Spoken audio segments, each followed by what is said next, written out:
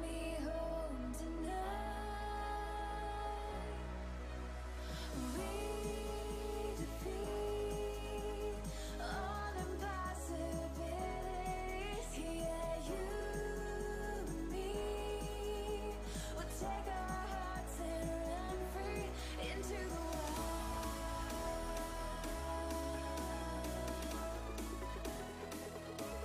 into the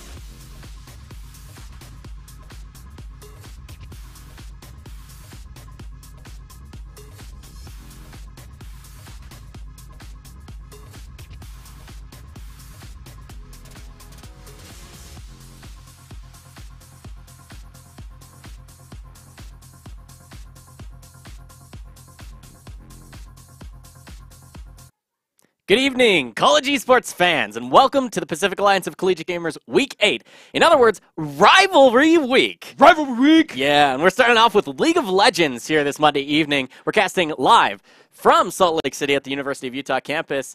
I'm super excited, Juhadre. As am I. Should be some fun esports this entire week. It's Rivalry Week. From now until Friday, we're starting, as I said, League of Legends today, tomorrow Overwatch. Final week of regular season play.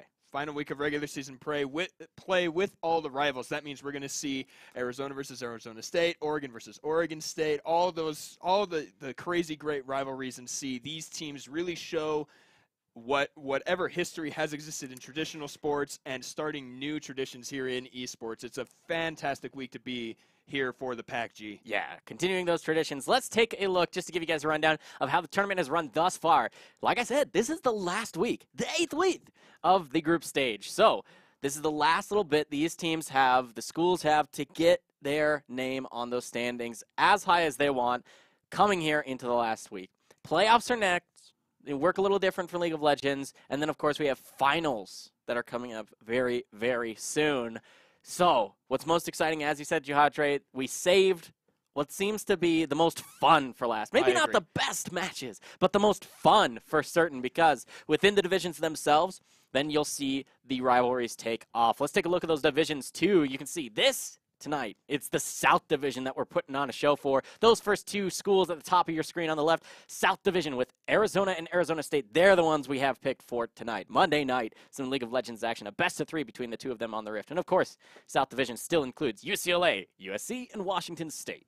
Then over in the North Division, we will have Colorado. And then one of our rivalry weeks going to be, or rather rivalry games going to be played this Wednesday will be Oregon versus Oregon State. Looking forward to that. Stanford and University of Utah rounding out the North Division. Yeah, and speaking once again of the South Division that we'll see a little bit more showcased tonight, let's take a look at the standings. This is for League of Legends. You can see ASU, they mirror Utah from the North Division with an undefeated record. Not just their match score, but game score as well, Jihadre. And so this is really important for tonight's match because if they lose even a single game, that means they will be behind the University of Utah and will no longer have that perfect record, no longer be in contention for first place out of everything. And it's really important that ASU, number one, stay undefeated, and number two, that Arizona defeat them because they still have a chance to make it into the playoffs. Really, really critical. You can see they might be able to tie UCLA with an unfortunate loss against USC later this week. And if they win tonight, they should be able to pull that off. Yeah, so for the South Division, it's ASU versus Arizona tonight. And I'll explain in a moment those playoff implications. But on Saturday, it will be, before we show you, like you can see, tonight, Arizona, Arizona State, and then Wednesday, Oregon, Oregon State, and a special PACG broadcast this weekend, Saturday, is going to be that California matchup. It's super exciting. But to show you those standings once again, to give you a bit more of that explanation, you could see for the North Division, undefeated for Utah. The hope here for ASU is that they take a 2-0 to match the undefeated score. Stanford looking strong near the top, Colorado in the mix. And again, just to remind you guys, for League of Legends, it's the top three from each division that moves on to the postseason, with a bye for semifinals being given to the top team. But I want to take a look at the South Division once again, because that's what we're seeing tonight, where, yes, ASU and Arizona played tonight, and there's actually a huge implication on the game score, if we can get the South Division standings on your screen one more time, because you can see if USC and UCLA, if their games this weekend go very, very poorly for UCLA, then there's a possibility that we'd have tiebreaker rules and maybe even an upset for Arizona to actually overtake UCLA if they 2-0 Arizona tonight. Yeah, and that's what I was trying to say. Sorry, I jumped a little ahead of the gun there. It's really, really crucial that Arizona try their best because their playoff hopes ride on this matchup tonight. And it doesn't look, it looks very grim for them. So they need to pull out all the stops. They need to make sure that they get the victory. They've only got the one match win so far. Looking to make it two and do it quick too. The fewer games you lose, the better chance you have overtaking UCLA. Yeah, and I mean with their game score being 3-5, that's not far below a 50% record. And if you think of your own solo queues, plenty of people sit around that 50% record just for League of Legends in general. So coming into competitive, they're not far off from winning some games tonight. Arizona State looking extremely strong coming into this evening with their undefeated score, but you know, there's the possibility. And they're hoping the 2-0 for Arizona, University of Arizona, and then they're going to be like, you know, crossing their fingers coming into the weekend when they're watching that special broadcast. All right, Superman, I want to know if I can interrupt a little bit here. Hit me with it. So tonight's matchup is actually, it's a long-term rivalry called the Duel in the Desert. That's what we're going to be watching tonight. Now, in football, they have the tradition where whichever team wins gets to take home the Territorial Cup. Now, I know that this isn't football, and I know we're not in Arizona, but I want to show everyone that we have made here our own Territorial Cup for the winner. As you can see here, this is the PACG Duel in the Desert Trophy, made by yours truly here, and you can see everyone has put in their bets on who they think is going to win. So here is the prize, pretty much for tonight between these two teams. All right. It looks really good. There's a lot riding on this. There's some chocolate in there. You can see these huge dollars. Man, there's a lot riding on this. It's not just a title. There is an intrinsic and extrinsic reward this evening. They'll probably have to buy a plane ticket to fly out to Utah. But, all right, let's look at those lineups, Jihadre. Let's look at them. Super excited. The Duel in the Desert coming your way. It's University of Arizona with Anguish 1 in the top lane, God the King in the jungle, Meteors in mid lane, with the bottom lane being ADC Win and Scatman. Then red side tonight will be manned by Arizona State. Cat on Thy Roof in the top lane. Hi, I'm Bako in the jungle. Luti in the mid lane with Shui and Breezy rounding out their composition on the bot side of the map. Sounds pretty good. I mean, we've already mentioned it. Arizona State University, so strong. So strong. Undefeated so far, but they've had some close matches. Arizona has been doing all right. They've been struggling from time to time, but when they show us their best foot forward, they look immaculate. And that can be seen by their game score. Look at that, 3 and 5. They're doing well. That means they've won a game in each of their matches, at least. So they can make the wins. They have good players. Anguished won and God the King setting up the plays. Meteor is doing really well on the roaming. ADC Win and Scatman have great synergy there in the bot lane. And so I really think Arizona has it in them to pull together and make themselves victorious tonight.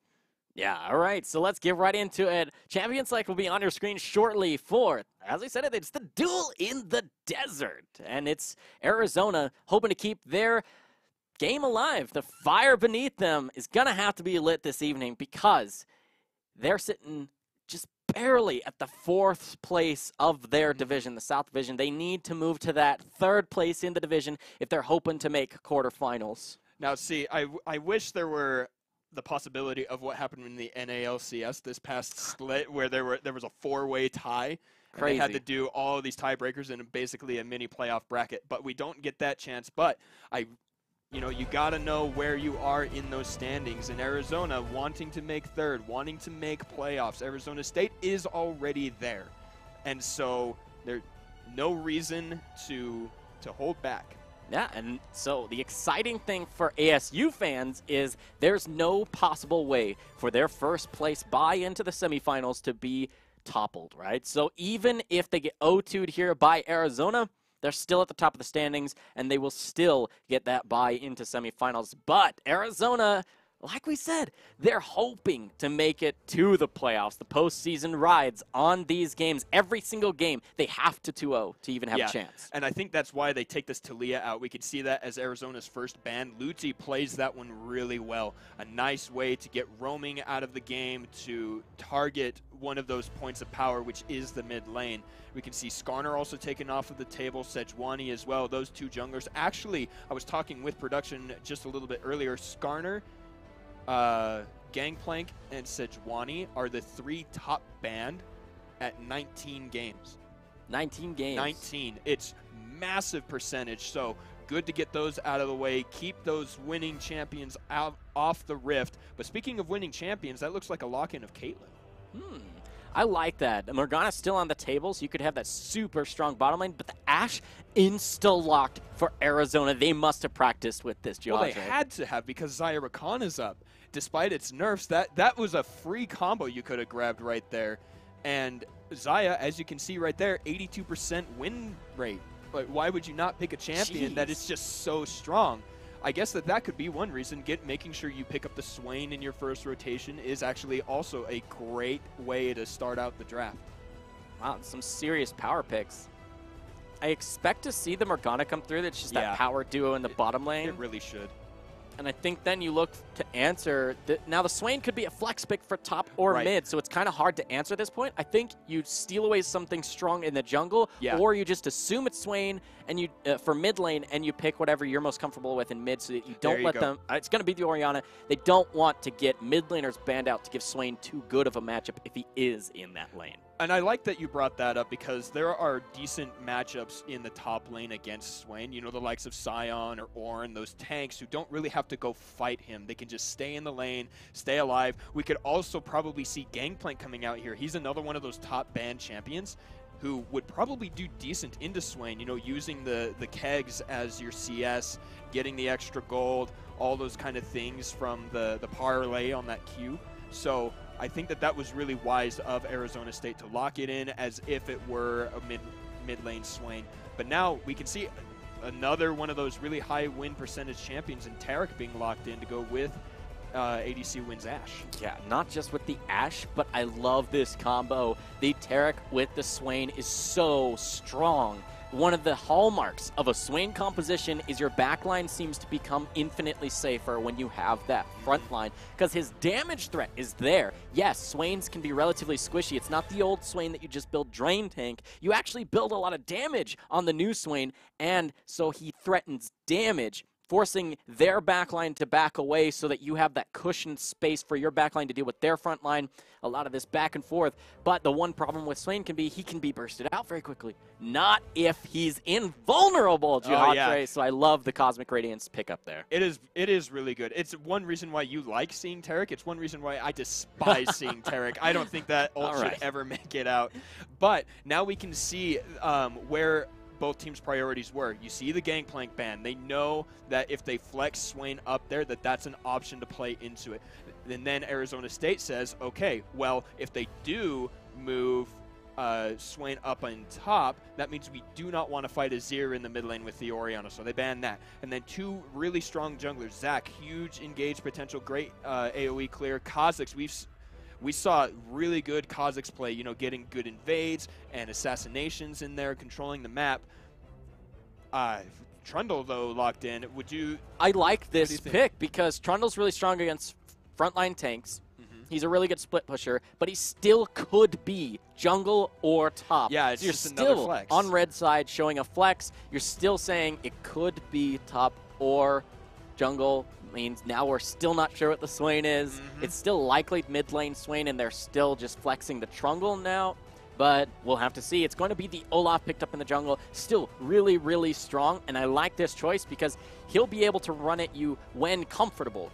Yes, there's a lot of AoE crowd control. You know, Ashe slows, the volley does it, Trundle pillar, and the like. There's really only just the dazzle and the root that can come through otherwise for this composition. Ashe arrow is an ultimate. I'm not really going to want to count that. Yeah, so that makes sense. Olaf has a lot of options even when his ult isn't there to run through, and I like that because he gets to decide when he's going to run through your composition. So as soon as the Cosmic Radiance wears off, he can run down your backline and not have to worry about the Swain that much, as long as he's tanky enough to deal with that damage. But speaking of tanks that deal damage, the Cho'Gath free win, as I like to say. It's going to be locked in. I'm really excited. These compositions look explosive.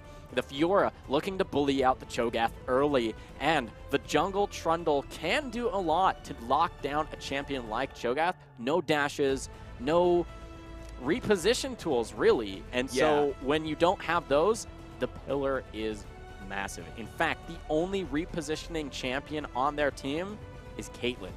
That's awkward because it's only one spell. And it is only one spell, and it's your 80 carry. You use that spell, what do you do if 90 caliber net is on cooldown and all of a sudden you see Fiora is flanking you? You're just in huge amounts of trouble. So great draft from both these teams. Jihadre, ASU looking to keep their undefeated record alive with the beautiful frontline composition. Altogether, this is just your classic League of Legends scaling composition. Yeah. Caitlyn for your backline range, more crowd control. The Black Shields can help out for anybody who needs it from that Morgana support. Mid lane, Orianna. What more classic mage can you think of in League of Legends? Anivia. Get out of here, Season 2. All right. Or Cat on their Roof and High Bako playing those frontline tanks who can put the pressure on your tanks here if you're Arizona, because, yes, you have a lot of damage, but you can take true damage. You're maybe tanky, you may have resist, you may have health, but only so much can help you if you can get bit for 1,000 true damage later in the game. That's still mid-level damage range. 1,000 true damage is just in the middle. That's max level without, you know, figuring in that it scales with Cho'Gath's maximum health, which per stack increases. You buy the Warmogs, you buy all these things. It gets so powerful. The fact, and another thing, they should never lose a neutral objective. They should not lose Lift Herald. They should not lose Drakes. They should not lose Baron ever because of that exact reason. That true damage going in plus the smite. In fact, even if you discount the smite, Cho'Gath's Feast is more than Smite will ever be. Yeah. At like rank 1. At it's 1,000.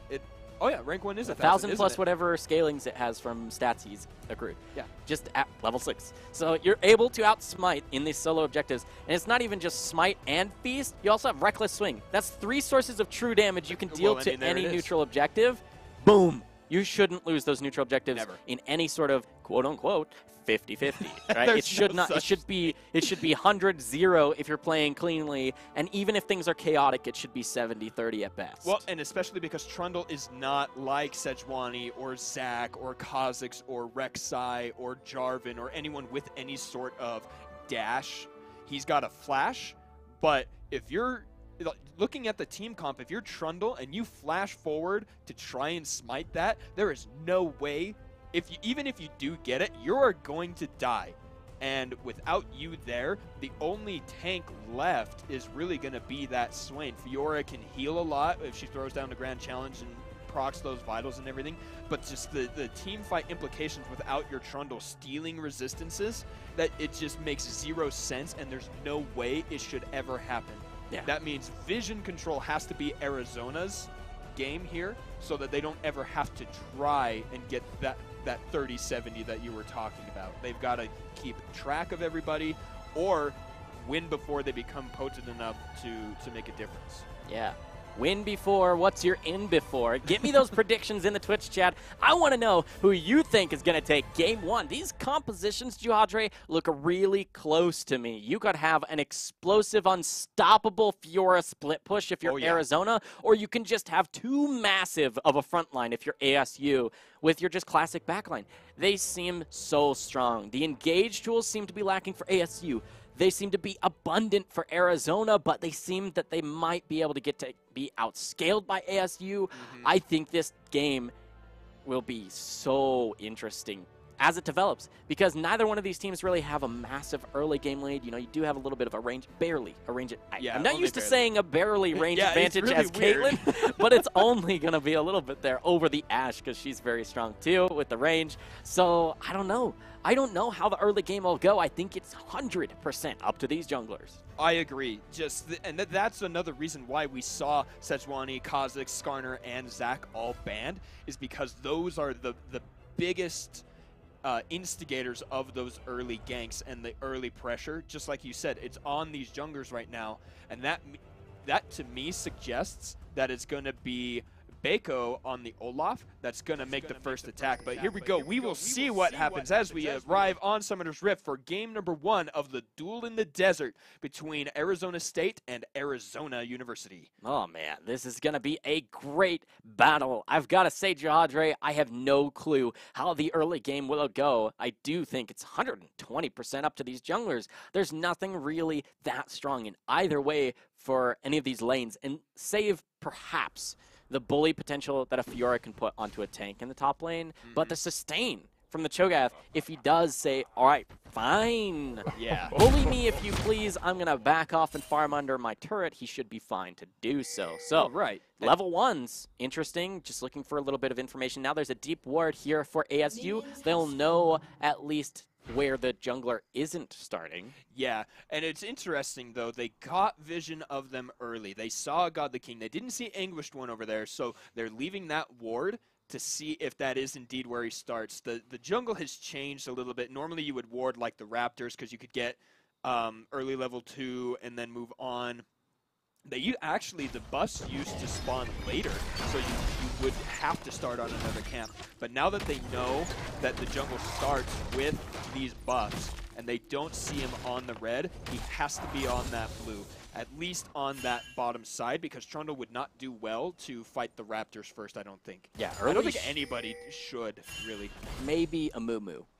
Okay, I he's got the AoE tiers and he takes reduced damage. But yeah, there's really not many at all, especially not many who are in the meta. We can see both blue buff starts for the junglers, but that means opposite sides of the map. They're kind of matched, but looks to see more of a extended clear from Olaf. Curious that if he went for Wolves, that he's going to go straight for the buff. If he goes for the Raptors, I would have been very confused why he wouldn't take the Grump as well if he's just going for very, very quick leveling. But it looks to be that double buff Trundle is already top side. Going to look for a little bit of information. A nice shallow ward. Normally wouldn't see anything by placing something right there unless he would only like just barely see Olaf walking out with double buffs too, but not going to see him.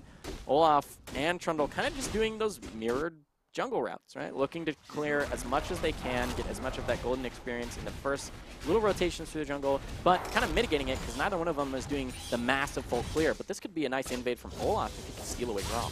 If he can, that's going to be really good for them in terms of dragon pressure. And now, here we go. Just like you were talking about, the bully potential of Anguished One here against Cat on Thy Roof is huge in the early levels.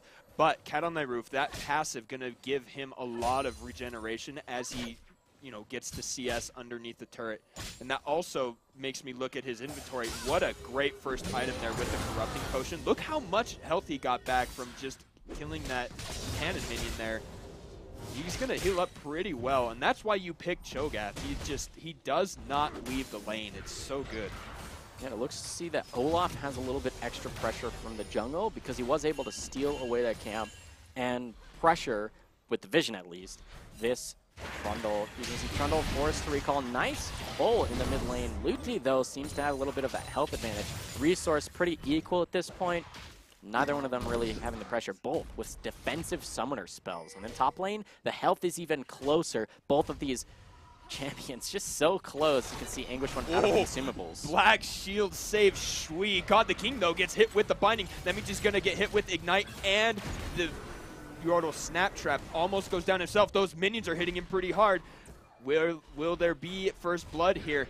God the King is still in the brush. He is seen by the ward. Scatman almost gets hit by a binding a little earlier, but that is the end of that fight on bot side. And I stand corrected. God the King makes the first move. Yeah, Breezy trying to get his Hakuho play on.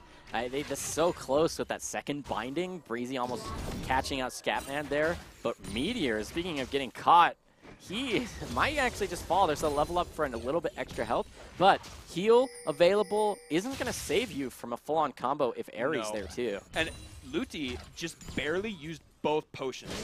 That's something we need to understand here. He just now used both potions, whereas Meteors has been out those consumables for quite a bit, right? Oh, yeah, wow. Already is what I was hating to say. Look at that true damage there, just proccing that vital and healing like it's nothing. Ah, man, Fiora, what a champ. Yeah, unfortunately, not quite proccing the next set of vitals. Got some lucky ones in a row, but then going in doesn't actually proc that next set, and it takes a little bit of damage for it. And unlike the Cho'Gath, not quite the same amount of regeneration in lane. No, not at all. And teleport has already been used. That means Anguished One is going to have to walk all the way back. Yeah. Does have to wait for that back timer. Brings in God the King to try and stay here for the at CS. God the King spotted out a little bit. With High on Bako, he pops the Predator, as does God the King, and he throws down the Frozen Domain and the Ice Pillar. Gets away safe. Full control of the top edge of the map here. Is good that Bako was there too, because even God the King showing up isn't even that stressful for Cat on the Roof. He's almost level 6. He is and now. Anguish One, there's no way that a half-health Fiora could actually help a Trundle who's level 4 try and take on a level 6 Cho'Gath with pretty much full resource bar at that time. So, pushing into the turret, going to make Anguished One miss out on a lot of CS. You can see bottom lane slightly in the lead because they're still in the lane, but it's going to be BF Sword to Boots 2. I was going to ask you about looking that. for the attack speed. I think that's just looking to get in the extra headshots, saying as long as I can combo my traps correctly with my Morgana, that's where the extra flat damage will come through. I just need to keep the auto attacks flowing. I can see that. That's actually really smart. Speaking of smart and good here, Meteor's not able to land anything on Luti as he's routing every single skill shot that he is throwing out on that Swain. Looking really good there in the mid lane for ASU. I mean, Luti's been pushing in. He's had consumable advantage, he has CS advantage, pressure advantage, everything. And there we go. There's the trap. He gets hit with the headshot, just like you were saying. That's really intense. Another thing that attack speed does for you is it allows you to pressure the turrets even better. When you're finally at the turret, you can hit it over and over and over again, get more of those headshot procs. Works really well for Caitlyn or any other long-range siege champions. It's doing really, really well. So taking stock of the map once again, the junglers, we said that they kind of have to dictate the early game. Neither one of them have really done anything. They spotted each other out here and there, but really it's just been a few camp steals from Bako. He's getting a little bit more of that CS and level advantage for himself. But other than that, it's been really quiet here on Summoner's Rift. But top lane, we actually have a fight. It's actually really close between these two guys. Look at that, 300 health each. Oh, he got the Grand Challenge with the bite! And the final attack with the Void Spikes gets Cat on thy roof. First blood. So close by the Anguished One. 20 health or so. Oh Let's my get a goodness. replay of exactly how that happened, because it was so close. The Grand Challenge didn't quite proc soon enough to give that healing to the top laner. Oh my Man, gosh. Anguished One has got to feel really bad that the true damage didn't quite come through for him. Do you know what makes me feel bad? Is how did he hit that Vital against the wall when I can't hit one that's like right next to where I'm going? Cat on that roof has to flash. God the King follows that and picks up the Retribution kill for his top laner. Anguished One could feel a little bit better knowing that God the King's got his back. Yeah, Gentleman Cho'Gath is the oh no. Here we He go. falls. So, the true damage procced already from Conqueror. Anguished One dot. Oh, that's what happened. Gets the stun from the riposte. Walks over to get yet another Vital proc. There. How did he proc that one? That makes me sad. It's like a pixel Oh, man. underneath him. Man, I actually think the stun didn't come through and that it was just the slow and a little bit of damage, because it didn't look like there was actually a crowd control trade there. Maybe if that had been, then it would have been the difference. But Anguished One uses fancy footwork to dodge the knockup and then riposte at the very last half second when out of range, I believe. Oh, So okay. unlucky, That but might it be is a trade in kills. Meanwhile, because God the King, as Trundle had gone top lane and picked up the return kill, that gives the A-OK for Baco to solo out that first elemental dragon. That's going to be the Ocean. That does They're pretty still well. on top. Cat on my roof is in trouble. He gets a great Rupture and a great Feral Scream. He does have Rupture back online, but the Grand Challenge is there, and that was an easy kill for Arizona's top jungle combo. Now, Luti is here. Will he be able to... Oh, he's going to keep him here. Nope, never mind. That's a teleport. Luti going to be in a lot of trouble. Bot lane is here. That's a nice shockwave. Anguished One is caught for a little bit. Flash forward from Breezy to make sure the stun lands. Meteors is underneath the turret. He's Breezy! tanking. Breezy gets another one. That's a double kill for Shui. Shui following there. Meteors gets killed. Breezy gets the third. And Arizona State turn around the top lane fight like it was nothing. Breezy, the god tier support plays here. I said he was channeling his inner Hakuho. Yeah, Man, to be. this guy MVP with this play gets the Change of the Corruption to start off. And then, of course, Soul Shackles, and then flashes forward to make sure it connects, and gets another Dark Binding on the enemy mid laner that's going under the turret, top laner. And then, man, the follows. Those are just perfect. I'm saying all the wrong things, but just still celebrating the beautiful play of this Morgana there. Perfect support setup. It was amazing to see that. And not only the play, but the setup from Luti. Cat on that roof does go down, and not too bad. You know, got him away from the turret, saved as much as he could. Luti walks in and doesn't just start a fight, starts the winning fight. Gets the nice shockwave. Again, persuades them away from the turret. Does exactly the right thing. Sees Shui and Breeze. They're like, hey, we're on our way, You know, you could probably see the pings, the right side smart pings, saying, we're coming up. We're going to win that fight. Yeah, it was already the first brick that fell from the attack speed Caitlyn. That means the duo is able to be the first to roam top lane. And off that play, they get a nice turnaround on those kills. It was a great idea from Arizona to actually play towards the flashless Cho'Gath. They do get the kill, but because of that extra time and all the resources spent up there, they get caught. They get the teleport to come through because they think they're fine, but the Caitlyn's there, and they already used all of their resources. Baco, once again, going to pick up that solo neutral objective. Really smart for his team, trying to make sure that their advantages make as much work for them as possible. But once again, the dive onto the flashless Cho'Gath. Here it is. The Grand Challenge goes down. That's a nice silence into the Rupture. Anguished One does block a little bit of damage. Almost goes down to the turret. Cat on the roof makes the plays and survives the engage. Wow. You know what? The riposte came a little early, and then the silence from the Feral Scream says, no way you're going to stun me under the turret. And Cat on thy roof, man. Look at this guy playing. Just doing great stuff here for Arizona State. But here it is. What is the this? Rupture. Cat on thy roof gets yet another kill. Gets hit points back as well because of his keystone. And then suddenly, Anguished One is there fighting him underneath the turret. This could be a dive on a Here we mid go. lane. Breezy combos perfectly with Luti and High Bako. Shui picks up yet another kill. Now 3-0 on the Caitlyn. They are just running over these outer turrets here. Arizona State looking pretty strong here, Superman. Jeez, the rotations from both these teams have been pretty smart. You see, ASU's tempo was slightly faster than Arizona. They've been focusing down onto Cho'Gath, but as soon as they turn their other way, Cho'Gath seems to just be able to bully out whoever's left. Getting that kill onto God the King was really good. Dodging out the Enchanted Crystal Arrow. Anguish One does manage to pick up Luti, and the ulted Olaf has to run away because God the King is there. Cat on that roof trying to help get Bako out. It does work. The riposte goes down from Anguish One, but now that's a blue buff on the Fiora. Yeah, but this almost looks like deja vu, Juhadre. Look at the minimap. You can see bot lane showing up to show up against that 3v1 dive onto Cat on the roof. 3 members here. 4 members on the back edge. Ashe is a little bit far behind, but she already used that ultimate. There's the dive. Cosmic Radiance is going to have to do work here.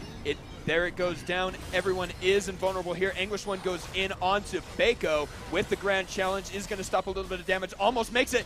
But Bako manages to pick up that one. God the King is super low. Cat on the roof gets a nice Pharaoh Scream. Scatman taking a ton of damage from Shui.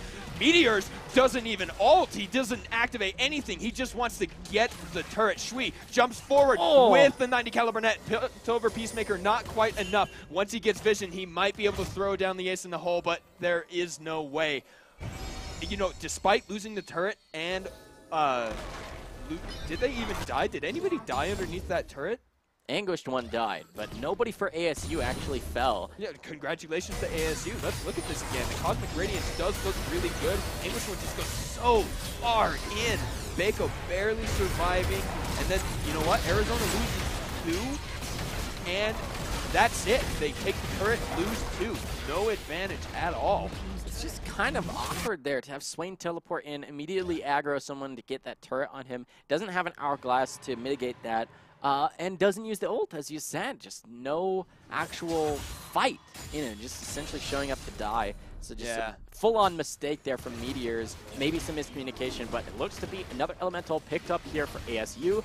Oh my goodness, that was so close. That was close. Vision of the Empire almost steals away the Mountain Drake, but that's going to be 2 elementals going in favor of ASU. 8-4 in kills, 3-1 in turrets. Juhadre, they're up 5K almost. And Cat on their roof, the one who's been focused down from Arizona, has his 4th stack from Feast already, only 15.5 minutes in, even with all that pressure. And that's why you pick Cho'Gath. That's why you call him a free win, is because he will get tanky. He will be able to do his job no matter what his laning phase is. He's a lot like Gangplank in that way, just being a tank and a frontliner as opposed to a carry in the back.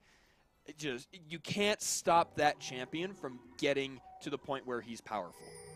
Yeah, you have to end the game super fast, and it's really hard to do that if you have any non-early game champions, and some of them are here for Arizona.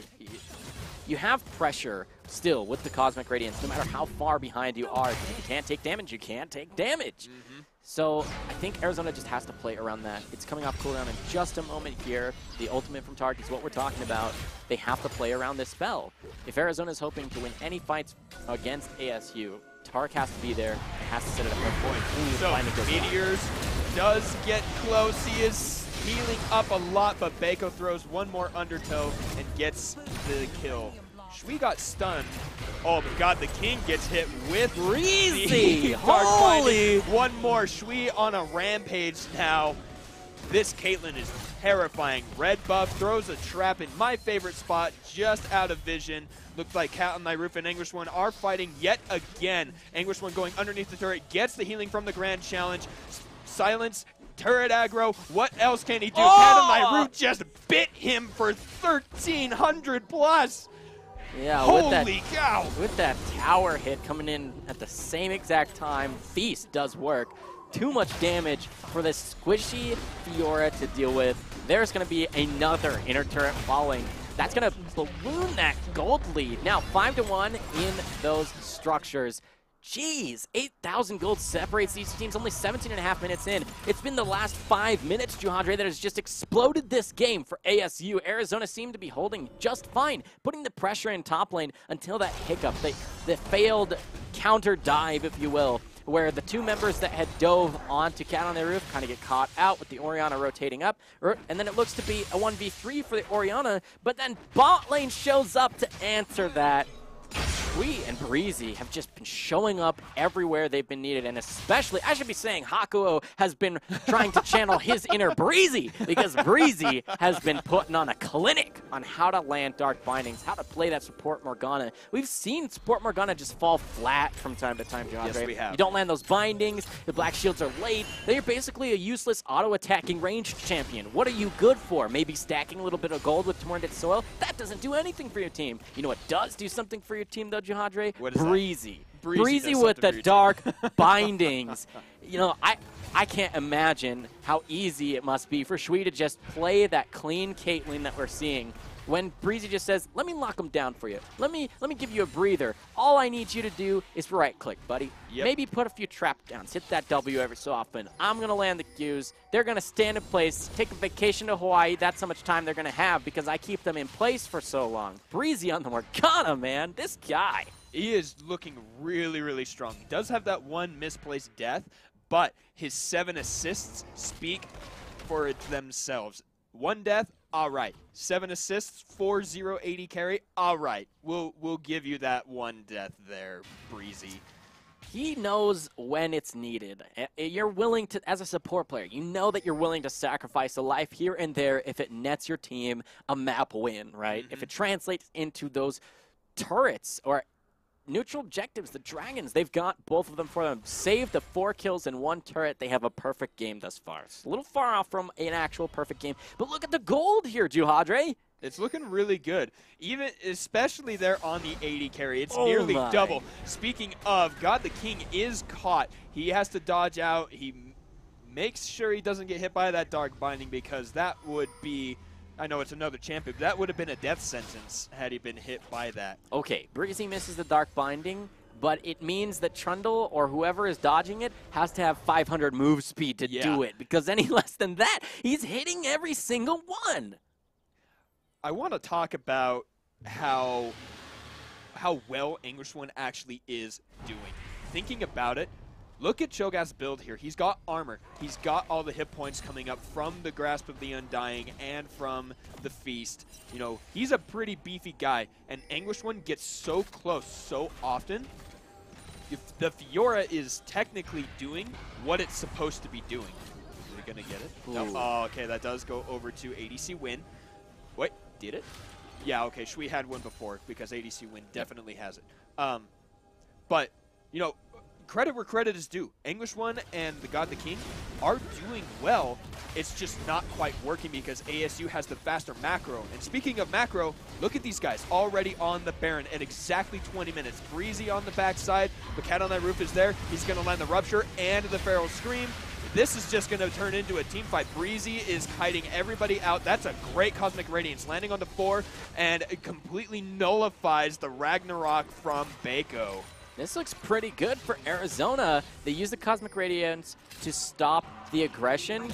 That's the reset on the Baron. Scatman's super low. Ooh. He has to back completely off. Nice riposte. That's really important. They might look to start the Baron back up now that they're healthy again from their Ocean. You can see Breezy has to flash away even though the Dark Binding misses. Man, this is really close. 3K. Shockwave. They have Feast. They have there. He did it again. He flashed for no reason. He's not going to win that. English One goes forward with the Grand Challenge, goes down himself. Meteors is low. ADC Win is slowed. He has to flash. That's a flash forward to get the slow from the Righteous Way. Scatman goes down. That's a knockup and a kill onto ADC Win.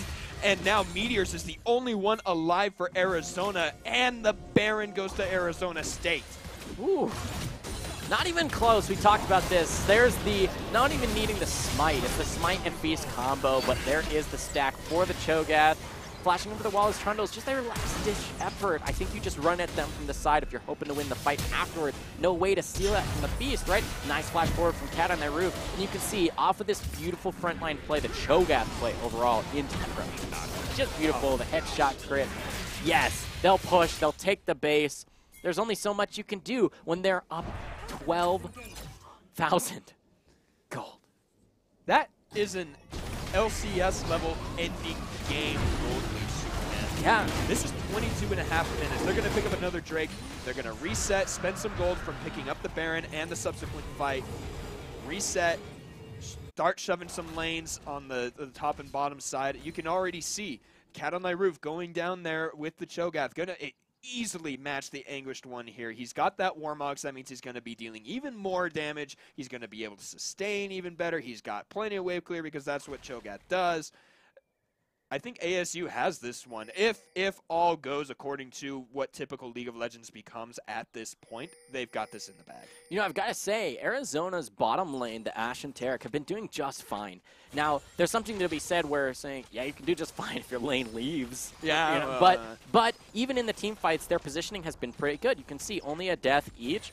They've been playing knowing they're behind, trying to be as aggressive as possible, but playing around Cosmic Radiance, playing around their own summoner spells. You can see Flash, Heal, Exhaust, Flash. All of these are down, but somehow they still have their lives. Recalling now to try and hold the base is really important for them, but I just wanted to point out that Ashe and Taric have been trying their best to hold this in place. Now, that's not to say that their teammates are doing poorly or feeding or anything like that, but it's when you have the goal lead that's this far down, you have to play so carefully, and kudos to ADC Win and Scatman for doing just that. Yeah, it's the exact same thing we were talking about with the Anguished One. The only one really who's getting caught out would have to be Meteors there. Goes down, Cosmic Radiance doesn't land on a few. Anguished One manages to get the grand challenge, but no kills, no healing, and here we go. Arizona State gets 4 out of the 5, and they're just going to shove down the pace and win. Oh, man. 15, 16,000 gold lead. That's a Triforce of item gold for every member on your team if distributed equally. Let's take one last replay of that fight before the Nexus explodes. Just a quick catch. Once again, Cat on the Roof with a double rupture. Cosmic Radiance tries to save them. It's channeled as quickly as possible after the fight starts, but because he's gone, then he can't put that circle on multiple members. Fiora falls after, and then, who did I say? Breezy here with the Dark Bindings. Gets another right there onto the 80 I gotta say, beautiful performance here from ASU's top lane. Cat on the Roof doing just great, pulling that pressure, absorbing the pressure, turning some of it around even, and Breezy setting up the plays for the team. Congratulations, ASU, taking game 1. And again, I wanna reiterate what Superman was saying. That was just immaculate play coming out of Arizona State. Arizona did not play poorly that game. Everything was looking great. This is great League of Legends, Superman. I am really excited to see what happens in game number 2, what adjustments are going to happen, because that's all it was just Arizona State played a tiny bit better than Arizona did and made the right map movements. Yeah. It's some great League of Legends, Jodri. You it. said it best. All right, the Duel in the Desert returns. Arizona and Arizona State come back for Game 2 of their best of 3 after this break. Don't go anywhere.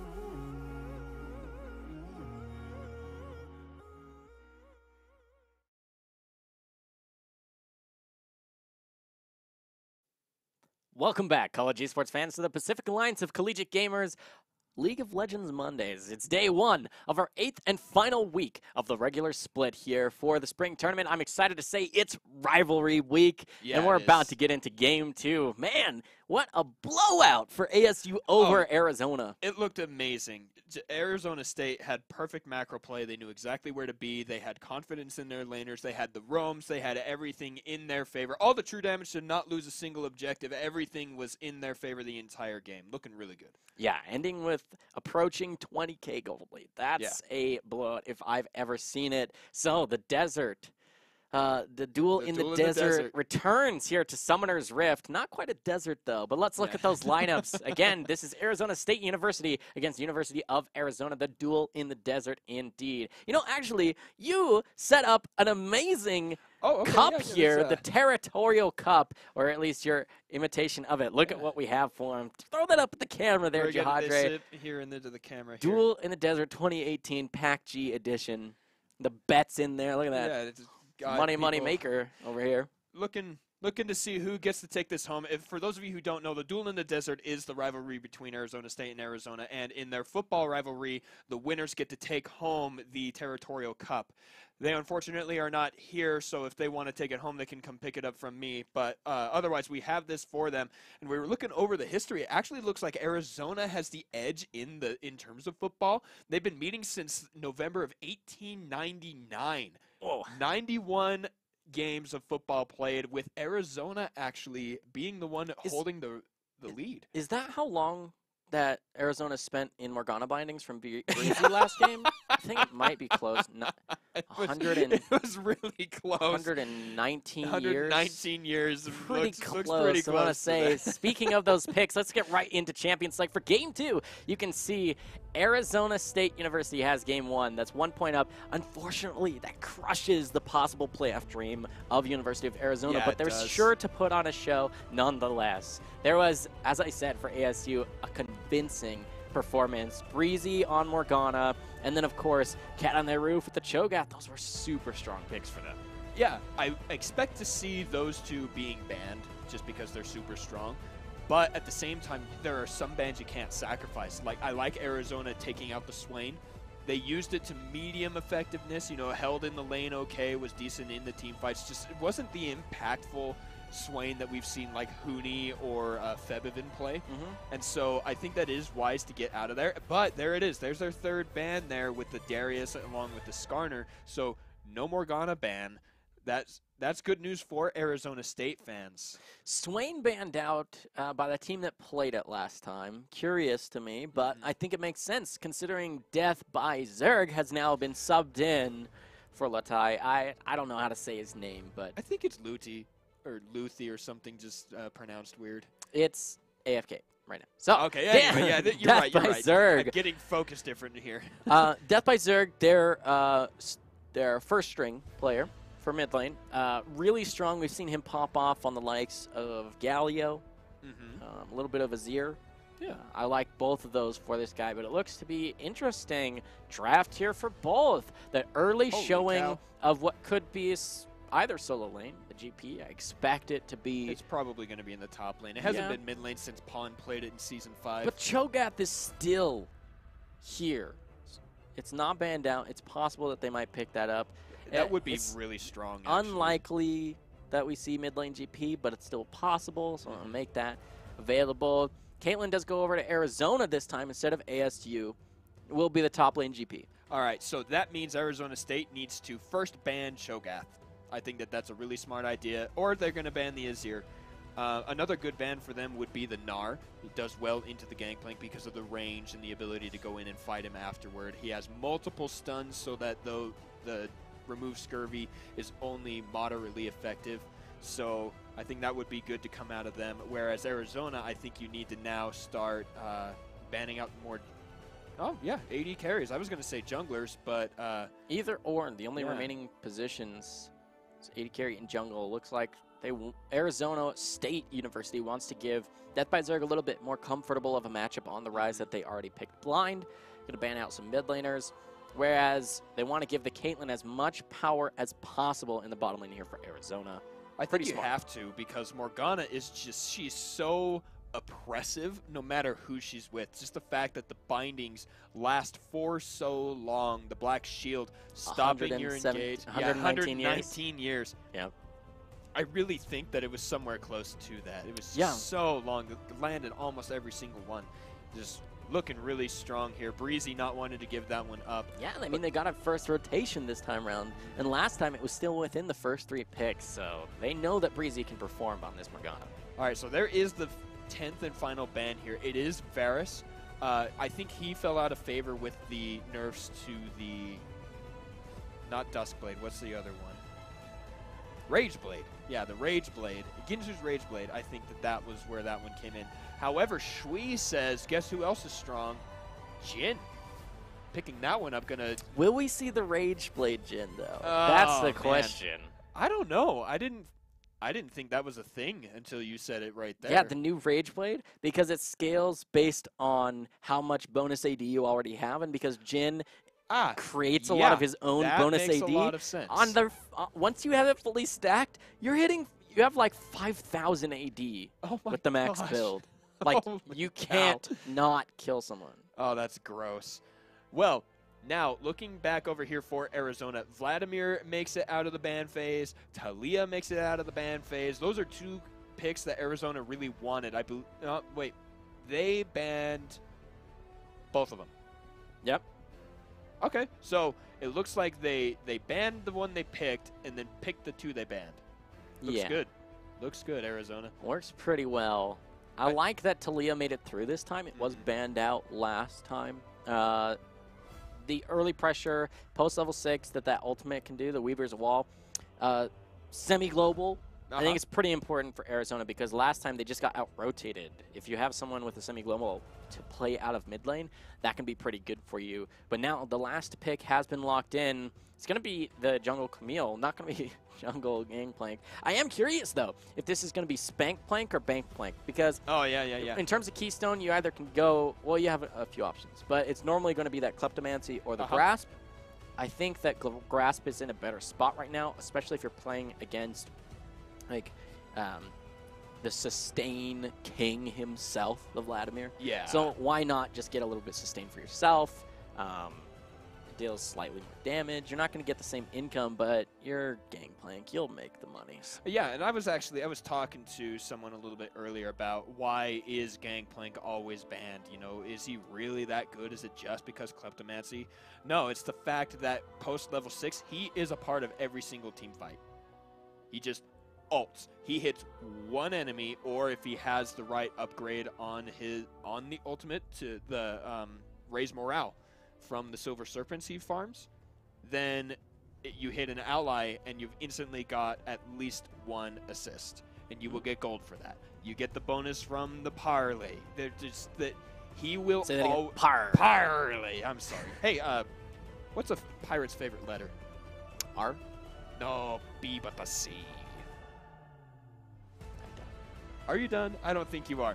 Anyway, you are right. That is the top lane Gangplank with the Camille in the jungle. Actually, very effective. I introduced that to a friend of mine, and he plays a lot of jungle Camille now. Thinks really, really strong. It is really strong. The gank potential from very far away with the hook shot does really well for her. A lot of damage. And her ultimate, Hextech Ultimatum, what better spell to gank with? Even if your lane members for your team don't have gank assist, like some sort of crowd control that they can bring, you don't need them to. You are the ganker with your own gank assist. You have all the crowd control necessary. If they can't leave that small space, they can't do anything. GP, not really the best gank for because he can maybe just slow them with either his ultimate or landing a barrel combo. Other than that, nothing he can really do. But he's got the damage. You lock him in place, he's going to melt someone's face. And of course, if that's going to be the Vladimir, there's nowhere he can go. You can't pull away from Hextech Ultimatum. And just before looking back over to Arizona's comp, let's look at the rest of the lanes in terms of ganking with Camille. Death by Zerg on the rise has a root. Okay, that's really good. Does he have a lot of damage? Yeah, he does. He's Rise. Going to be able to machine gun inside of that Hextech Ultimatum. Jin, you said it. If he gets a match stack Rage Blade, even before that, just the fact that he can get plus 500 AD without, you know, any of the potions or the drakes, yeah, he's got the damage. And so if Baco can indeed get his own gank assist and land that Hextech ultimatum, you're right. The damage is there for every single lane. Yeah, I like what Arizona has drafted for themselves here. It's kind of a pick composition with semi-globals to catch people out. You've got the Talia wall, Weaver's wall to do that for you, as well as Abyssal Voyage, right? Yeah. Not only is the Tomkins really good at peeling for team members, but also amazing at catching people out. You can do that with the rotation. So that with a very mobile jungler, I like this for Arizona. It's really smart. Might bring them a win here for game 2. We're now loading onto Summoner's Rift, and I expect great things. Arizona State, they're coming in with a win, looking for game point here, match point I should say, with a very high damage composition. No real tank at all for their team though. There's no tank at all, but lots of damage. Plenty of crowd control. Breezy on the Morgana. Production tells me it's, wait for it, tons of damage. And it's going to probably be 2 Triforces, right? Camille and Gangplank going to be dealing tons of damage here really with good. their composition. But, like I said, no tanks really to stop or buy time. If somebody's getting caught, one of the best things a tank can do is just live for a little bit longer. I think that then goes into your keystones. Like you were saying, the Grasp of the Undying Gangplank, that's a lot easier to do with the Parlay. I have to say, if you read the spell, it's actually called Parlay. There are 4 R's in there. I love it.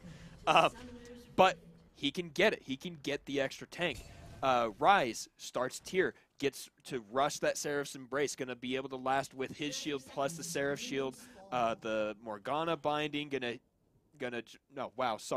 Black Shield on Shui. You build a little bit of lifesteal with 500 attack damage. You're going, and you're gonna heal a little bit. It's all gonna be more sustain as opposed to tanking the fight, and it will be a little bit easier because Talia has ways of dealing damage, but they're not nearly as consistent as the likes of Azir, as the likes of Rise, as the likes of Zoe. It's a lot harder to land those spells and a lot more conditional because of the, you needing to get the dashes or the seismic shove over the rocks on the ground to deal most of your damage. And so I don't think it's necessarily a problem that ASU doesn't have a dedicated tank, but it is interesting that you do draft that way. And there it is. 3 R's. Called it. Unlucky. Or lucky, because he gets, like, bonus gold. Yeah, he does. And so that's a nice leash there for Baco. Cat on Thy Roof, setting him up pretty nice. That is going to be the Kleptomancy there. Electrocute on Camille. I think that's really smart. You want to get in there, deal the hits you can, and just deal damage. So, I don't know about this Lee Sin pick. He's mobile, yes, but with the removal of Tracker's Knife, there are just so many opportunities now lost in terms of Lee Sin play. You know what I mean? Yeah. It just feels bad. It does. You have less mobility overall and less vision for you to catch people out, because who better to catch people out than somebody who is more mobile than anyone else. Nice level 2 here for the bottom lane. Arizona looking to put out the brain. I mean, they looked to get the Caitlyn this early for a reason, right, Jatre? Yeah. And they're getting a little bit for it. Hopefully they can keep this pressure up, though. And they're going to have to. I think they can. There's no reload mechanic on the Caitlyn. Here we go. Meteors, though, is now hit. Baco jumps in, gets the slow from the red buff. Flash forward from Death by Zerg, dodging out the seismic shove. That is going to be flash and cleanse burn for 2 flashes and a heal. Meteor's doing pretty well there for himself, making sure Baco doesn't get that mid lane rolling. Yeah, and it seems that in terms of CS numbers, things are pretty heavily in favor of Arizona here over ASU. That looks really, really good for them. The Caitlyn working out just fine. It's a little ahead here because minions are barely crashing against Arizona. Oh boy, but here it is. Death by Zerg underneath the turret. God the King sets up Meteors. God the King going pretty low there, 100 hit points. Ooh, Jihadre, we might have ourselves a series here as Arizona gets the perfect gank off of mid lane, and that's on a flashless and cleanseless Meteors. using the flash from God the King. Red buff, Lee Sin, gonna catch out Death by Zerg there. Was that a Death by Zerg, or was that a Death by God the King and Meteors together? Great play. I mean, if he's out of position, then I can say it's Death by Zerg. Yeah. Suicide. That would have to be then a Protoss attack there to get the Zerg. Okay. You would have to assume, just because the whole omniscience idea. And, well, he gets Zerged down underneath his turret, and he gets taken.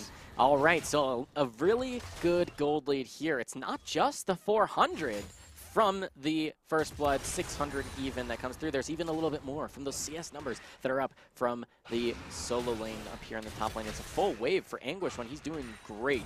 I mean, he was already bullying Cat on the Roof in their matchup in Game 1. It was really just that Cat on the Roof had that tank, he had extra help, and even getting dove, then Cat on the Roof was able to answer some of it. Anguish always had a little bit of pressure, though. Yeah, and you know what?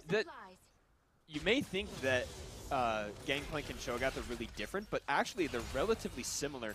They are survive the lane and be effective in the fights. That's the idea behind both of those champions. And so Cat on Thy Roof is still going to be comfortable on a champion like Gangplank, where all he has to do is make sure and not die. And you can do that with Gangplank. You've got the oranges, you've got so much damage, you've got so much gold. Cat on the Roof with all the auto attack cancels there, trying to bait Anguish one. But Cat on the Roof is actually kind of in trouble here. He's probably going to have to base and teleport back to lane unless he's worried about getting killed. But back down here in the bottom lane, you can see Caitlyn kind of getting zoned out with the health. Instead of that, Bako gets a pick onto God the King. A lot of damage from Death by Zerg. Dodges out the seismic shove. Ooh, Sonic Wave almost lands onto Death by Zerg. Yeah. That was close. It was really close, and actually a lot of damage still came through from Death by Zerg. You can see 300 health. Oh, Caitlyn boy. locked. There we go. He gets eaten by the Devour from Tom Kent. He has the 4th shot ready. Shui decides to keep those spells there and not go in for it. Probably would have got the kill, but gone down himself. Good thing, too. God the King is here. Flashes are up for both Shui and Breezy. All summoner spells ready for the fight here. It looks like God the King goes in and immediately insects to that little ward he had there. Yeah, but he gets hit with the Dark Binding. Oh boy, oh boy, oh boy, that was close. That was so close. He just couldn't. He safeguarded away because ADC Win here, who's been commanding the lane for a while, finally gets low enough that he has to back way off. There's no way to follow up when you have just over 100 health. Now 200, finally 189 or so. But you got to say, if you're an 80 carry with no health, if that root had landed on the Tormented Soul, it might have actually been force of the heal from out there. But now they're just going to really back off. Probably going to have to miss out on this wave, though, because it's so dangerous to stay. Yeah, not just losing on the wave. Shui and Breezy are going to get all of this one. Oh, cast a curse right there. As I said, they're going to get all of it. They missed that very last minion. ADC Win taking a risk here, staying for that last wave, but really crucial. You can't let that extra 6 CS just die to that turret. Yeah, and the next round are cannon waves, so it's a little bit better. I'm surprised the ASU chose to stick around because they would have had the better base timer there on a cannon wave to actually return. They just want to shove it, though. Even without the mana to do it instantly, it'll give them a little bit better, just about the same base timer, I should say, where even though they miss a couple creeps, they think they have a little bit extra pressure here. I think this is a waste of time for ASU. They just need a base, get their items, spend the gold, because they can't really put any more pressure. Low mana, they're plenty healthy, but no extra vision either in the area to stay safe. And ADC Win has healed up another 100 health, totally safe underneath the turret. Unless they're looking to make a flash play, but,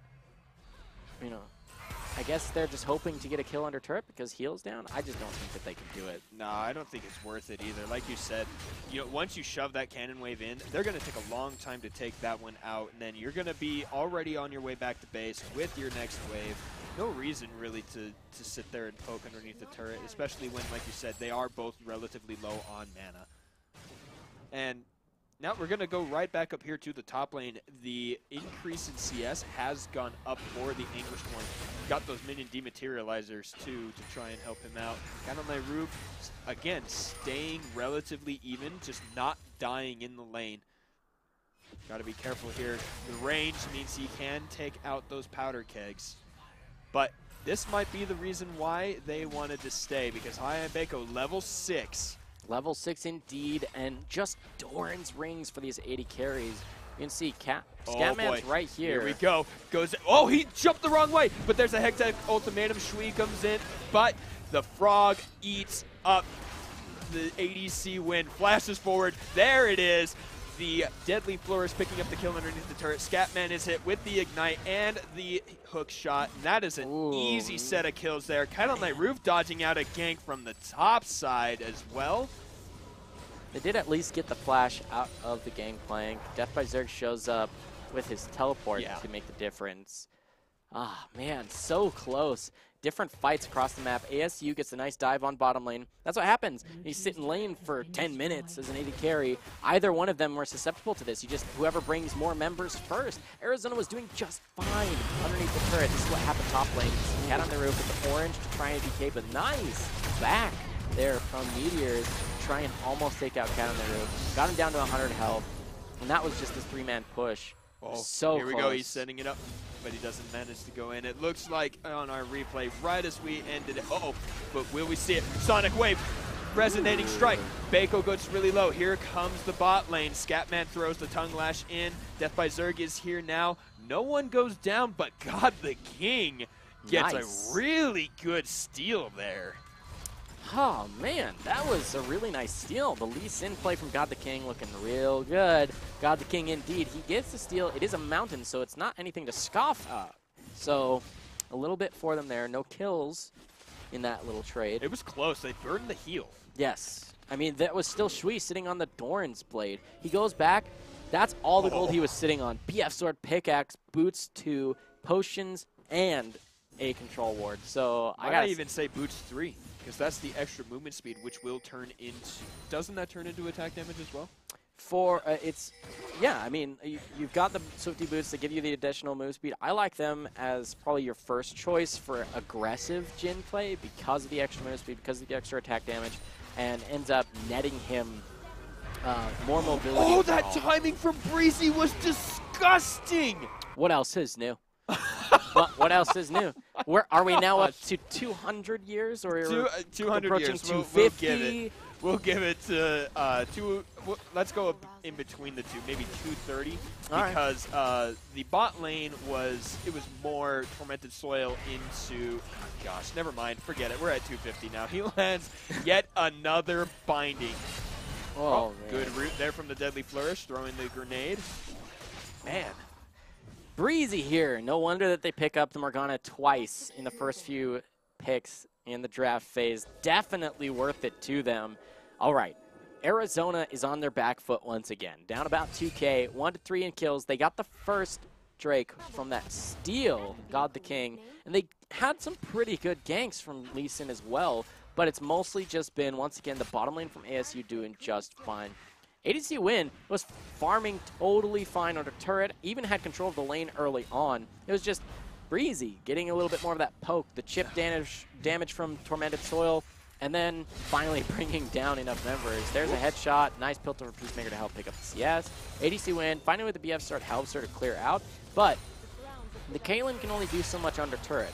Caitlyn's meant to push you out and get you underneath the turret, and that's where her pressure can come from. It's just super struggle right here for Arizona's duo lane. And you can see they've all swapped. They're trying to defend the turret. It was almost taken for Arizona here in the top lane, so hopefully that means that Anguish One is still in control of now what is the bottom edge of the map. But it needs to translate into something for the team, though, because with down 1,500 gold overall, ASU's going to be looking to pressure Arizona over the next few minutes. There's still a while before the next dragon comes through. Arizona's down the gold. They need to make something happen on the map. I mean, you have Lee Sin, and I understand you're trying to get your second round of buffs, third round, I should say, but you got to get those and get somewhere, because you can see Bako has been involved in 2 kills. 2 out of the 3 is pretty high this early in the game. We're at 13 minutes, or rather high in this game, let's say, because last game there were kills everywhere from the very beginning. This one looking, again, really good for ASU. They were down with First Blood going over to meteors in the mid lane against Death by Zerg. That great gank from God the King, we talked about it. The Lee Sin play is looking really good here. Breezy and Shui, though, just control this map. This just is like they did. That Caitlyn's been left alone in the top lane here. I guess they're trusting ADC in, and I think it's fine to trust ADC in to be safe under turret. Just try and farm as much as possible. There's not like a cannon wave or anything like that, and as long as you're just staying vigilant against the Dark Bindings, you should be okay. They had a little bit of a roam from Scatman there, just trying to bring the Lee Sin. Will they actually have it here? Here we go. Yes! God the King goes in with the Resonating Strike, flashes forward to get the Dragon's Rage kick in. God the King doing great work there, taking down Shui. Yeah, the flash Dragon's Rage was so quick that there was no time for Shui to react. Really nice play there from the Lee Sin. That's why they picked it in the early rotation this time. And that's going to be the first auto turret going in favor of Arizona. Not quite first brick. That was in the bottom lane for Breezy and Shui, but now they get picked off. That, honestly, was really, really sloppy from Shui because we saw the pings. We heard them. ASU said, hey, don't be here. We see vision already. It might be blocked out by that vision ward, but that means you can't play that aggressive there. That's exactly what that means. So, you know, way too forward from Shui and looking really good now for Arizona. That quick turn. Count on Thy Roof is going to try and get a decent speed up with the barrel. Flashes after the flash, but gets hit with the seismic shove. He pops the oranges, but Count on Thy Roof goes down 2 meteors. That last threaded volley taking him out. So close. Really just close. A couple of seconds from getting out over the wall, forcing even more summoner spells. There's the flash, exhaust, and ultimate use from Scatman to set that up. Nice play there from Meteors to follow it. And that'll get them another kill. It's now 3-3 overall, and there's only 400 gold to separate these two teams. We might have a series here, Juhadre, as Arizona bullies away ASU from the Rift Herald. Really good for them. It was really easy because Bako is pretty low, but it does reset. Shelly says, I run out of patience. Yeah, runs out of Gotta be patience, careful. kind of reset. I don't know if they can really take this fight since they just used some of their ultimates. They're not really the combat ultimates, but this is the teleport. Oh boy. Speaking of combat ultimates, how about a curtain call? Count on Thy Roof does show up. That is the 3rd shot. Will we see the 4th? It does go wide. 1,700 health. Even less here left on Shelly. Nope. What am I trying to say? But somehow, Death by Zerg picks it up. Breezy throws out the Dark Binding into the Gangplank ultimate. Death by Zerg is safe with the Black Shield. Hi, Bako jumps in. He gets the stun onto ADC Win. Cat on the Roof gets the kill onto God the King. There's another one onto Scatman. They are fighting. Cat on the Roof gets health from his remove Scurvy. Hi, Bako gets the ultimate onto ADC Win. That's going to be a kill there. Only losing Shui, and Cat on the Roof gets out with a triple kill to secure Arizona State the ace. So incredibly close for Arizona there, Juhadre. So close. It looked to me, look, God that King gets super, super low. Gets hit by another Dark Binding. Scatman gets him kind of the safety here, but you can see the rise damage is plenty. Nice kick there from God the King to try and keep ADC Win safe. But ADC Win thinks they're just not going to turn, but that's right when Vladimir goes in. Vladimir sets it up just about okay. ADC Win gets so close to taking out multiple members. It was really just the Jhin that fell there for that ace overall. So now it looks like Arizona State doesn't want to have another fight with these low hit point bars after taking it was only the 1 turret. Talia was covering that. Oh, but that's a nice route. Scatman in trouble here. Cat on Thy Roof gonna get the movement speed from the powder keg. Talia jumps in onto both Cat on Thy Roof and Shui. A good remove Scurvy almost saves Cat on Thy Roof, but that last threaded volley takes him down. It does indeed, and I've got to say, ASU seem to not really understand how far ahead they are at this point. It isn't quite the 20,000 that they were before. Yeah. But in terms of the map, they had Shelly shoving down mid as a distraction on their own. I don't know why they chose to not keep the dragon there. Yes, there's the possibility of a steal from God the King. The Lee Sin execute damage is a possibility, but you can always just do the play where you get it low enough that you force him to come over the wall or not be able to, and in that situation you either get the kill or you get the objective or both. So now they're going to do it. The Lee Sin's still in the area, so I don't see a reason why they did it now rather than before. Yes, that was a really early Sonic Wave, but it's going to be off cooldown in just a second. So this could be another steal. It will. There it is, and that is another one. But now Beko instantly gets the kill, goes down himself. Anguished One takes a lot of damage. Meteors blocks the deadly flourish. Flash forward. Anguished One tries to get the Tides of Blood, gets eaten up by Scatman. Meteors is point blank and gets the killing spree with the seismic shove. What a play from Meteors!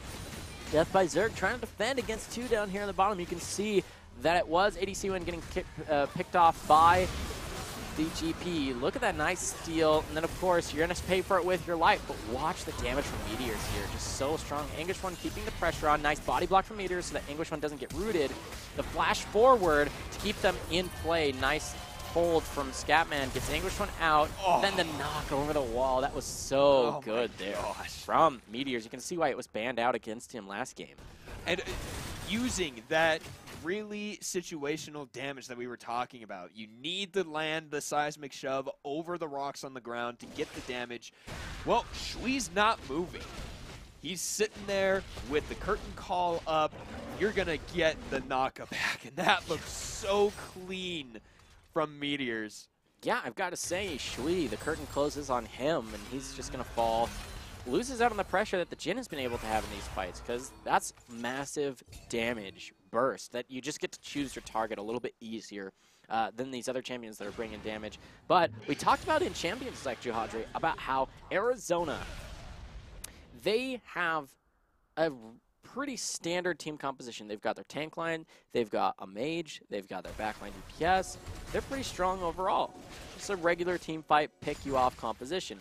ASU here have the boom composition is what I'm going to call it, where if you are on their screen and fighting them, at one point your health bar can't keep up with the animation of losing health. Yeah. It just gets deleted by something.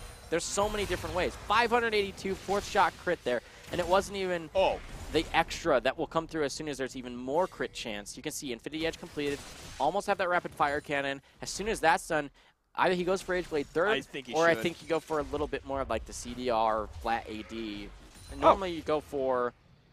that's a gank on the bot side. Cat on that roof picking up 1. Make that 2. What? Double kill in a 1v3? Oh my gosh. Right when we were talking about Arizona doing things right, that Arizona State's composition had a couple of flaws, we see Arizona State say, no, we don't. They can't. This is a little bit crazy. You can TP they in, have but a lot of damage you're pretty low, and you have no go. tank. Cat on their roof at least has oranges to try and decay. Now that he's there, there's enough damage. They're going to secure it. Engage here. Cat on their roof tries to get the movement speed with the oranges first. He gets kicked into everyone else. Does he have the flash? No. He does. He gets the Sterix pop. He gets 1. Anguished One is running in there. Scatman taking all of the turret damage. He's going to get an auto attack. Oh, wow. That wasn't even turret damage. That was just Cat on their roof in a 1v1 against the Vladimir afterwards. Because that was all the tanking of the turret by Scatman. That's just GP being massively ahead. The perfect timing that had to come through there from the Sterix gauge is what made the difference there. And the damage from Triforce is always going to be massive. Tons of damage here, Juhadre. All right. Not quite 20,000, but it is a 6,000 gold lead in favor of ASU here in Game 2. They've lost both those elementals over to God the Kings. Nice steals from the Lee Sin, but that has to translate into more map pressure. More objectives, the solo objectives. The neutral objectives have to come through here for Arizona, but they've given them all over so far. 2-1 in turrets, plus the Baron that's ticking right now for ASU. Very favorable for them to maybe take this match point. So what's interesting is the team that picked up the Baron is the one that's missing 2 Mountain Drakes. Oh, and he safeguards right into a Deadly Flourish. God the King not quite being aware as maybe he could. Or is that just next level from Shui, knowing that he's going to safeguard there. But Death by Zerg up on the top side does manage to pick himself up a turret. Cat on that roof split pushing here in the bottom. Throws the, parlay to get some damage. There's the ultimate, gets 1 more parlay. He's still underneath the turret taking the damage. Cat on that roof is going to take some more from the tower. Beko shows up and says, you have to flash or you die. Yeah, good flash. The Hexic ultimatum didn't quite come through just yet. But that means the turret's totally free for them, and Meteor's doing his best to hold up here. He's kind of the only one really relevant right now for his team, but at least he's able to hold his inner Oh, turret. that was not the right place to be. God the King, you get deleted by High Bako because Breezy is there to help. Not a good place to be.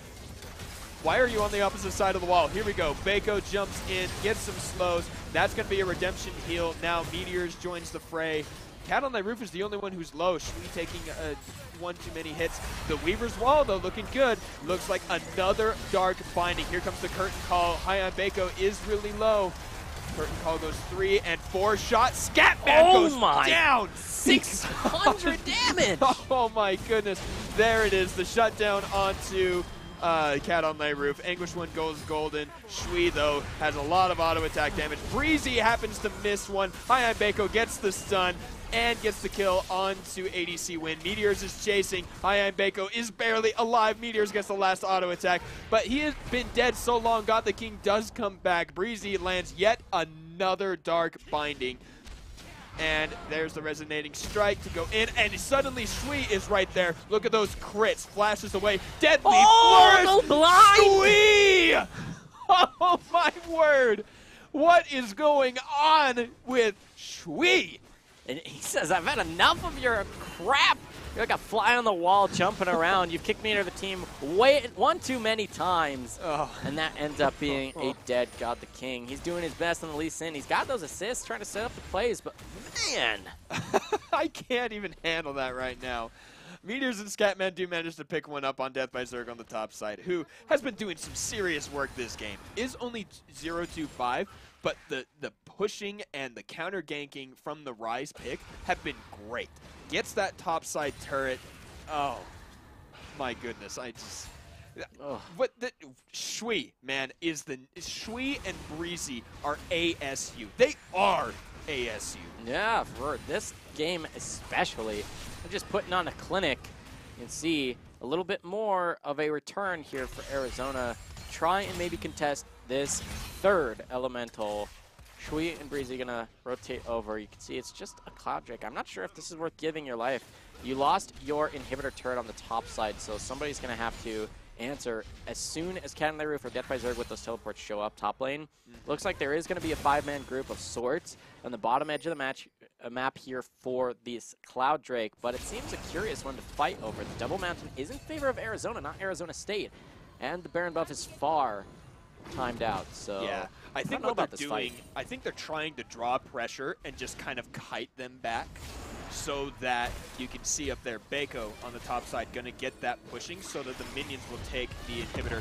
And you might also just be baiting out a route there onto the Anguish one. Scatman ults in.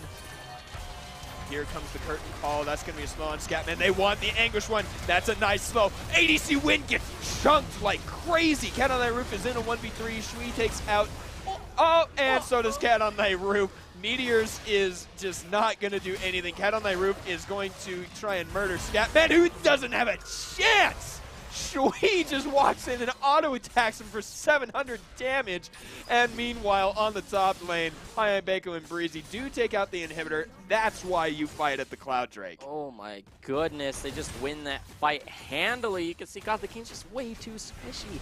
And I talked about how ASU doesn't have a tank line. Well, apparently neither does Arizona. There's only so much the Scatman can do when he has to body block everything. You can't be tanky if you have to block everything. God the King trying his best to get those kicks, but you can't really do that with Black Shields.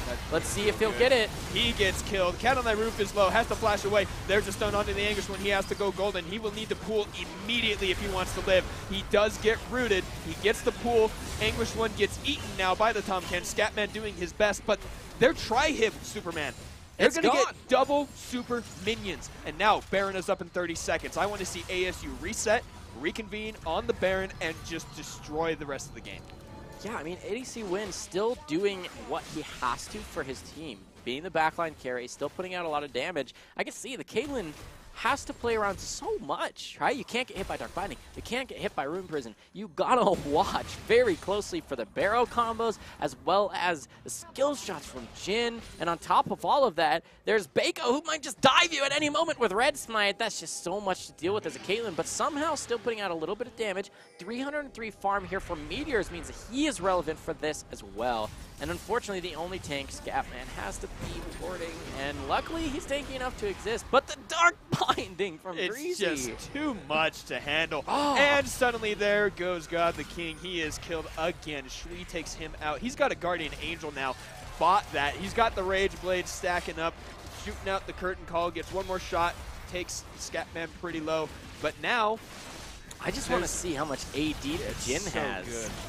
Like, there's just so much that can come from the Rage Blade that as soon as it's stacking up on something like Baron or even in these fights, it's just so much AD that comes through. If you guys haven't tried it, there you go.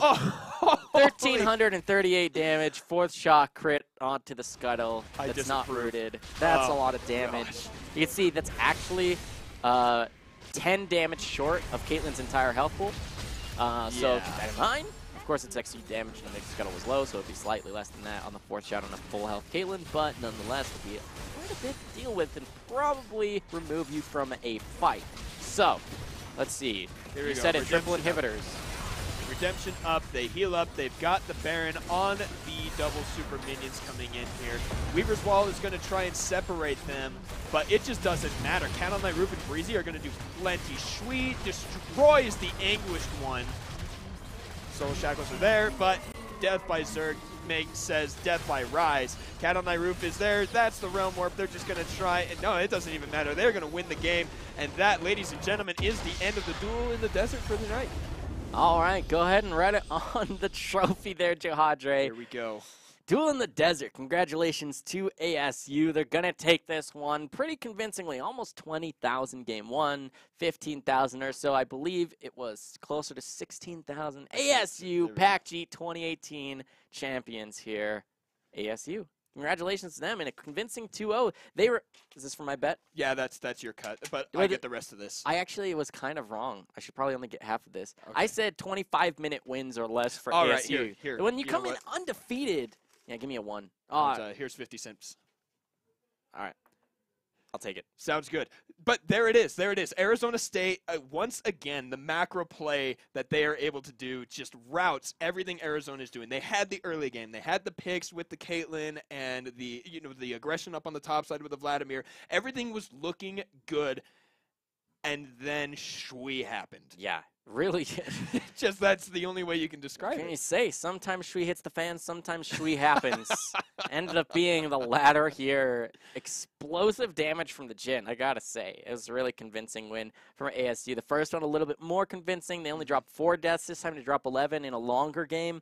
But that's pretty good showing here from ASU. They remain undefeated, match score and game score, mirroring once again. They're now sitting tippy top, first place, get a bye to the semifinals here, sitting atop the standings for the Southern Division, and over on the Northern Division, Utah mirroring just the same, undefeated game and match score. Right. I'm going to go ahead and throw out my prediction. We are close enough to the playoffs. I'm pretty sure those two are going to meet in the finals, the two completely undefeated teams. Pretty likely. Looking really good. You want to bet on it? Okay, let's see what you got there. I got a 10. You got a 10? I will bet you 10-1 odds? 10-1 odds.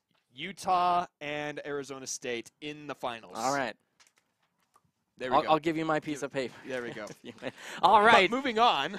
Yeah, I mean, once again, this was just our Monday evening League of Legends to kick off this rivalry week. Congratulations once again to ASU taking the win over Arizona. Gotta say, pretty convincing. Yeah. Look forward to the finals Wednesday for League of Legends. Let's take a look once again at the schedule. We've got some amazing rivalry action coming up this week. For I'm League of loving Legends Wednesday, it's going to be Oregon versus Oregon State. OSU going to try and get their first match win against Oregon, who hasn't been looking as convincingly dominating as ASU has. So it should be a little bit closer of a match between these two teams. Well, and especially because Oregon in week 1, we watched them go 2-0 over Colorado in what looked like the greatest throw of PACG history. But Oregon State, on the other hand, has had the chance to take games. They've looked really good in other games, and so with Oregon kind of declining in their prowess, Oregon State has a really good chance to come in here and be the not undefeated team in the North Division. Yeah, definitely. I'm really excited for more League of Legends action to finish out our regular split, the spring tournament, PACG. Oh, man, it's been explosive. I've got to say, for tomorrow, you should join us. Yes. If you didn't think that this matchup went the way it should, it's ASU versus Arizona tomorrow for Overwatch. So a different title. I'll be casting there as well. Ah, man. Overwatch Tuesdays, League of Legends returns for Wednesdays. Thursday is Hearthstone, Friday Rocket League. Just the same. Week after week here. Regular season concludes. At the end of Rivalry Week, we just got it started, though. So, gotta say, it's been fun casting. My name is Jake at Superman Casting More. You can check me out on all the social media. Twitter, Twitch, Facebook, supermancasting.com. Love to see you check out my content. I'm Ben Juhadre Sorensen. Hit me up. Anywhere you see Juhadre, that's me. All right, thanks again for joining us. PACG Spring Tournament returns tomorrow for some Overwatch action at 6 p.m. Pacific. That's 7 p.m. our local mountain time. We'll see you then.